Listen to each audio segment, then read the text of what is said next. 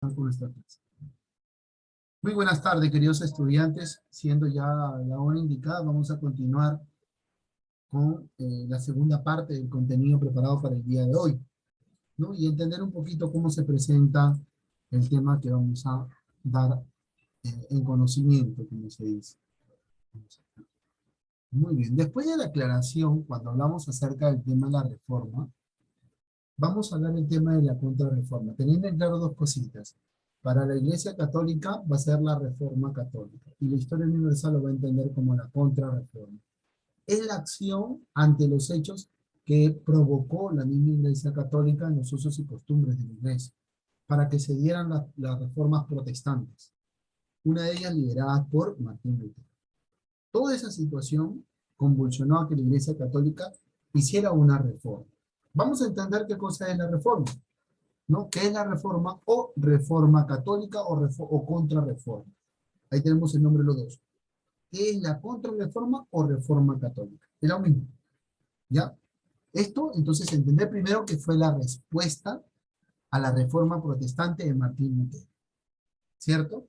La misma reforma que exigía Martín Lutero debilitó a la Iglesia Católica, en el sentido de que le dio prácticamente en algo que sí era evidente que estaba haciendo mal. Entonces, ¿qué van a hacer?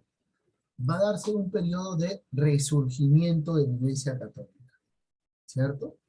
Desde el pontificado de Papa Pío IV en el año 1560, siglo XVI, hasta el final de la Guerra de los 30 años, 1648, siglo XVII. Todo ese periodo, conocido que nosotros hemos estado viendo, después de que la Edad Media está catalogada como la edad en la cual va a florecer la Iglesia Católica, se va a posicionar durante este periodo también, del siglo XV, por así decirlo, ¿no? Del siglo XVI, perdón, hasta el siglo XVII. El siglo XVII, pasando el siglo XVIII, va a cambiar porque viene el siglo de las luces y todo cambia. Y eso ya más adelante lo vamos a ir entendiendo cuando estemos en tercero. ¿Cuáles eran los objetivos? ¿No? Entre los primordiales era renovar la iglesia, la estructura de la iglesia era cambiarla, ¿no? Para detener el avance de las doctrinas protestantes. ¿Me dejo entender? Ah, ya, muy bien. Yo cambio en la estructura de la iglesia, pero con el fin de detener a las doctrinas protestantes. Ese era el primer fin que va a tener la Iglesia Católica. Por lo tanto, la contrarreforma es un movimiento de reforma dentro y propio de la Iglesia Católica. Después del Concilio de Trento, del año 1445 y 1563, que van a ser convocados por el Papa Paulo III, con el objetivo de lograr la reconciliación entre los católicos y los protestantes. Este concilio va a definir la doctrina católica y va a ser difundido mediante el catecismo. De ahí para adelante, las buenas obras son necesarias para salvarse. Los sacramentos son 7. La Virgen y los santos reciben el culto. El Papa es infalible en este caso. El Papa no puede fallar. Imagínense. Teniendo en cuenta a esos reformistas, vamos a agregarle a uno más, ¿no? Acá a dos, perdón, a Zwinglio, ¿no? Y al mismo Simons en este caso, ¿no? A ellos dos vamos a agregar dentro de los reformistas. Al resto ya lo conocemos, Enrique VIII, Juan Calvino y Martín Lutero, ¿no? Que son los reformistas. Causas de la reforma cristiana. La causa de la reforma cristiana, o sea, de la contrarreforma, la causa va a ser la guerra religiosa que va a haber entre los protestantes y la Iglesia Católica. La única causa, ¿cierto? Entonces, se va a distinguir la reforma protestante con sus propios protagonistas, sus propios principios que van a tener, y la contrarreforma católica y la contrarreforma católica que va a realizar la Iglesia. ¿Quiénes van a ser los protagonistas de esta contrarreforma? La reforma va a estar catalogada por órdenes religiosas. La primera, la de la Santa Teresa, y la siguiente, la orden de los jesuitas. Y vamos a ver quién cobra protagonista en esta parte de la historia, porque va a ser el indicado para recuperar y hacer firmeza y a través de la disciplina, porque era un militar, ¿no? A través de la disciplina, cambiar los usos y costumbres de la iglesia. Esa orden religiosa de los jesuitas es la que también llega al Perú también, ¿no?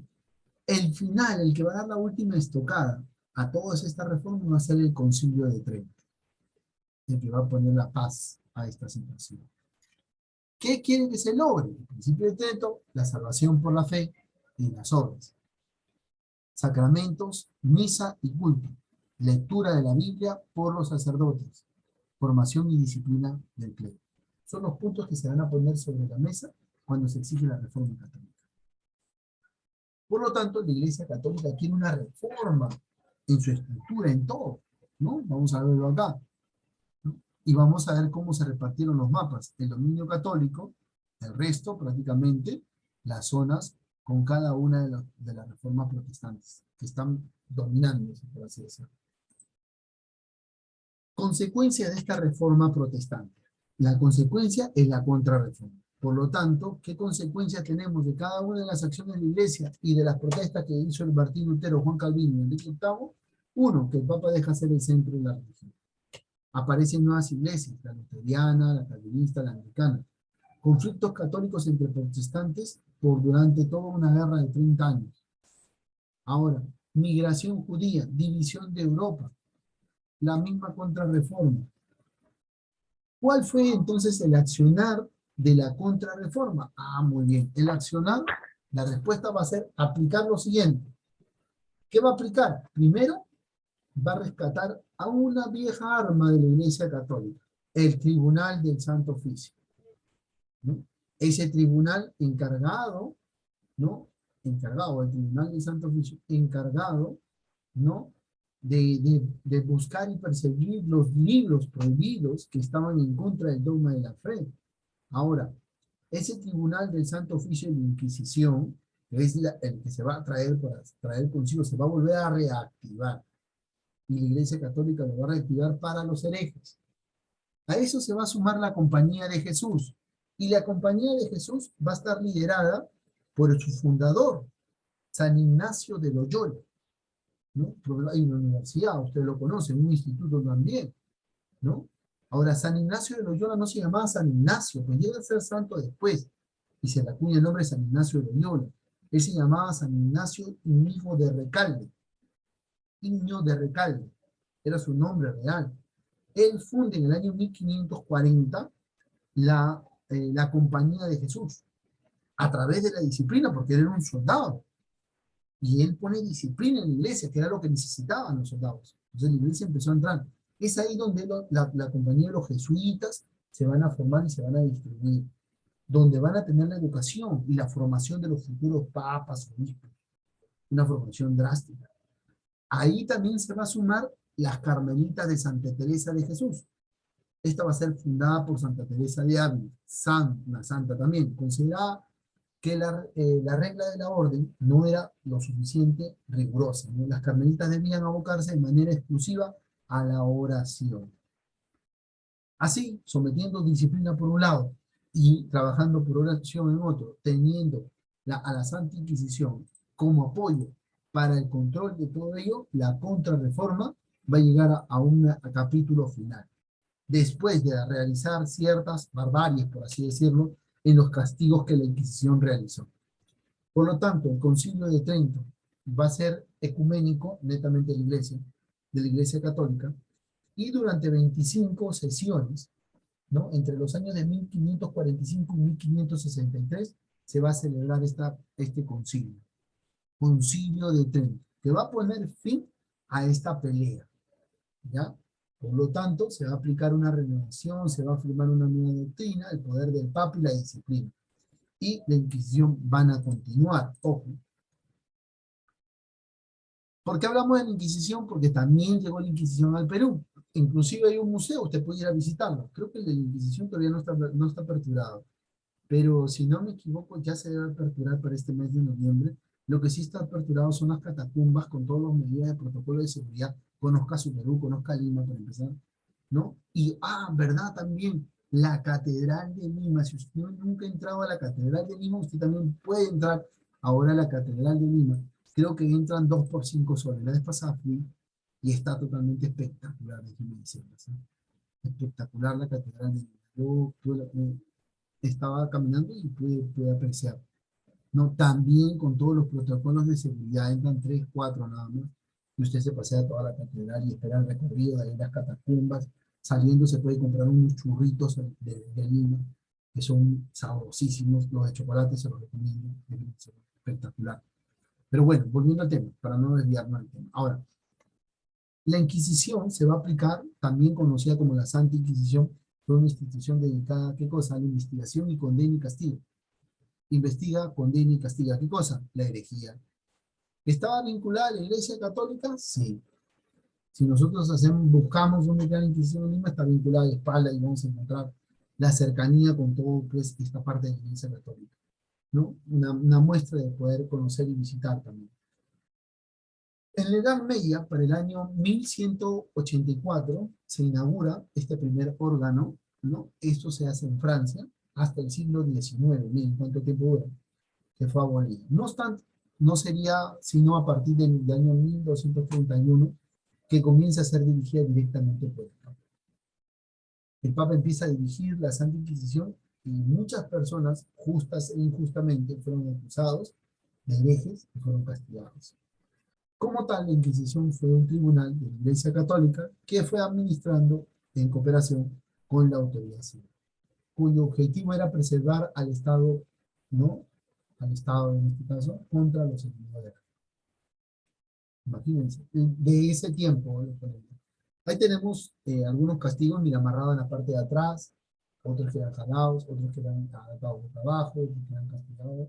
Había otros castigos donde los amarraban y les ponían un tubo, les llenaban con agua, otros que prácticamente los estiraban. ¿Sí? Acá, el siguiente. Continuando con lo que nosotros hemos estado dando, se convoca un concilio urgente, ¿se acuerdan del concilio? ¿No? En el pueblo de Trento, en los Alpes, y este concilio fue convocado por el Papa Paulo III.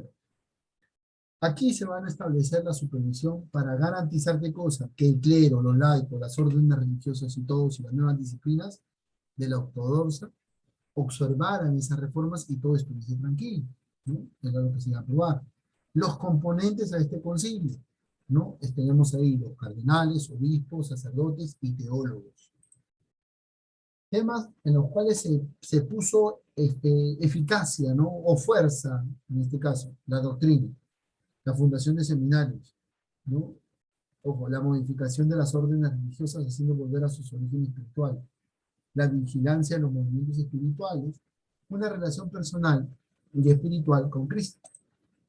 Ahora, para reforzar la idea, tenemos acá lo siguiente. La contrarreforma, cuando se define la solución de la misma en el Concilio de Trento del año de 1545, se va a acordar qué cosa. Primero, ¿qué es? ¿Qué principios aborda el concilio? ¿Cuáles son las fuentes? Y la reforma. Cuando nos habla qué cosa es la Vulgata, ¿no? Recuerden ustedes que es la nueva versión aceptada de la Biblia, la Vulgata, una Biblia traducida a un lenguaje, ¿no? Los principios de la contrarreforma, validez de las buenas obras, culto a la Virgen, ¿no? Primicia del Papa, jerarquía eclesiástica y validez de los sacramentos. La reforma que van a aplicar el concilio va a permitir la Inquisición y las creaciones de las órdenes religiosas como la Compañía de Jesús y las Carmelitas de Santa Teresa. Por lo tanto, la Biblia, el latín va a ser el único idioma permitido para traducir la Biblia. Crear una lista de libros prohibidos para los católicos, imagínense.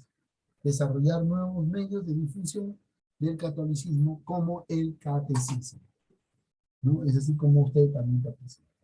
Consecuencias de la contrarreforma, y vamos a pedirle acá que su compañera, ¿no? A ver, ¿quién está? A ver, que su compañera Grace Chávez Sosa. Grace, ¿puede leernos? ¿Ya, profesor?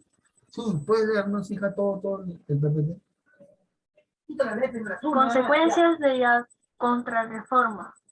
La contrarreforma produjo cambios en la Iglesia Católica, al igual que otro tipo de consecuencias, de las cuales destacan las siguientes. Europa se dividió en dos grandes sectores de fe cristiana, los católicos y los protestantes o reformistas. Estos en diversas sectas, entre las cuales las principales fueron el luteranismo, canibalismo y el Anglicanismo. anglicanismo. Y la Iglesia Católica, por su parte, pese a que perdió parte del cuerpo controlado en Europa, se reorganizó.